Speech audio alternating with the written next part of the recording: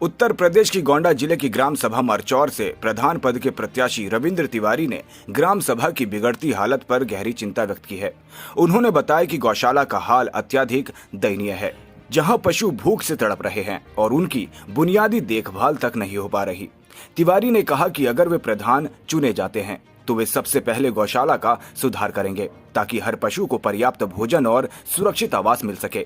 इसके बाद वे ग्राम सभा की सभी खराब रास्तों और नालियों का व्यापक सुधार करेंगे ताकि लोगों को सुरक्षित और सुविधाजनक आवागमन मिल सके। उन्होंने ये भी स्पष्ट किया कि प्रधान मैं नहीं बल्कि पूरा ग्रामवासी प्रधान बनेंगे और वे केवल एक मार्गदर्शक की भूमिका निभाएंगे। तिवारी ने कहा कि वे हर ग्रामवासी के साथ कंधे से कंधा मिलाकर चलेंगे, दिन रात उनकी सेवा में लगे रहेंगे और मरचौर के सर्वांगीण विकास के लिए प्रतिबद्ध होंगे ताकि हर व्यक्ति की आवाज सुनी जाए और उनका जीवन बेहतर बन सके। जितेंद्र कुमार पांडे, उत्तर प्रदेश गोंडा से इस समय हम उपस्थित हैं उत्तर प्रदेश राज्य के गोंडा जिला के अंतर्गत ग्राम सभा मरचौर में। हमारे सामने बैठे हुए हैं प्रधान पद प्रत्याशी ग्राम सभा मरचौर से। हम इनसे कुछ बातचीत करना चाहेंगे। जी, स्वागत है आपका हमारे चैनल। पहले आप अपना इंट्रो दीजिए, अपना नाम बताइए। रविंद्र तिवारी, ग्राम सभा में विकास खंड पर जिला गोंडा। किस मकसद से आप चुनाव लड़ना चाहते हैं प्रधानी का? चुनाव हमारे यहाँ जनता लड़ रही है जी। चुनाव में जैसे जो प्रधान हुए ऐसा कर्म किए जी कि जो है कोई दरवाजे पे जाता है उसको गाली देके भगाते हैं जी। कोई जो है आने का मामला है या तहसील का मामला है उसमें जो है लोगों को परेशान करते हैं, कोई सुनवाई नहीं होती है। उनके दरवाजे जाते हैं, गाली देके भगाना चाहते हैं।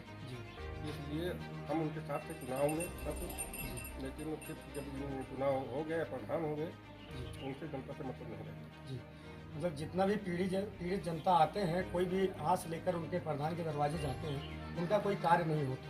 तो प्रधान का जो है दरवाजे का चक्कर काट काट के परेशान हो जा रहे हैं, तब वो जाके किसी और का सहारा लेते हैं। जी। अच्छा, मैं एक सवाल और आपसे करना चाहूँगा कि आपका क्या रोल है जनता के बीच में? आप जनता के साथ क्या करते हैं? जनता को ये पीढ़ी दर पीढ़ी हम उनकी सेवा करते आ रहे हैं। मेरे बाप दादा कर रहे थे, मैं भी उसी में लगा हूँ। जी। लेकिन जो हमारे लायक सहायता है वो मैं समझते रहता हूँ, उसके साथ उनको कंधे में कंधा मिला के खड़ा रहता हूँ। जी। जो हमारे लायक है वो काम मैं करता हूँ। जी, ये हमारे तिवारी जी ने जो कहा है कि हमारी पीढ़ी दर पीढ़ी जनता का सेवा करती आई है और हम भी, यदि अगर जनता ने हमें मौका दिया तो हम भी ऐसे कुछ काम करके जाएंगे, ऐसे कुछ कार्य करके जाएंगे कि जनता को कभी निराश होकर हमारे दरवाजे से नहीं लौटना पड़ेगा। अच्छा, एक सवाल और है तिवारी जी, यदि अगर आप प्रधान हो गए तो सबसे पहला कौन सा कार्य करेंगे आपकी ग्राम सभा में जो कार्य बाकी पड़ा हुआ है, जो आपकी नज़र में है? सबसे बड़े हमारे यहाँ जो गौशाला है, सरकार ने गौशाला का इंतजाम किया है, उसका खाने का इंतजाम करती है, पूरी व्यवस्था रहती है जी। लेकिन वो टोटल ऐसा है कि कोई पूरा गौ माता है वो सब भूखी मरती हैं जी। उनकी अच्छी व्यवस्था नहीं है जी। जितना पैसा आता है उसका अगर आधा खर्च किया जाए जी तो जानवर को कोई तकलीफ नहीं होगी, कोई मरेगा नहीं, भूखा नहीं मरेगा जी।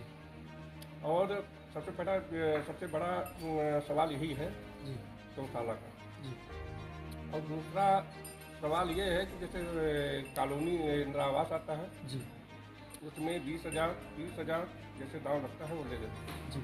जब नाम चढ़वाना हुआ तब 10,000 वो लिए, जब दे रहे हैं तो 20,000 30,000 जैसे इनका, यही हमारा इनका विवाद का कारण है, चुनाव लड़ने का कारण जी।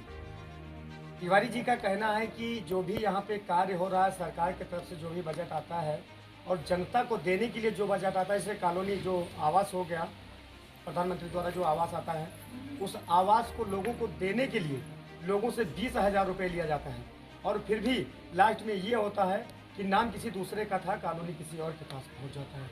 अच्छा, इससे पहले आप अपने ग्राम सभा में क्या कार्य करना चाहेंगे? नाली को लेकर, साफ सुथरा को लेकर क्या करेंगे?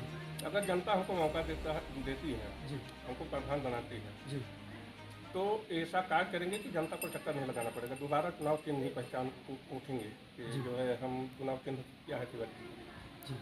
चलिए, धन्यवाद तिवारी जी।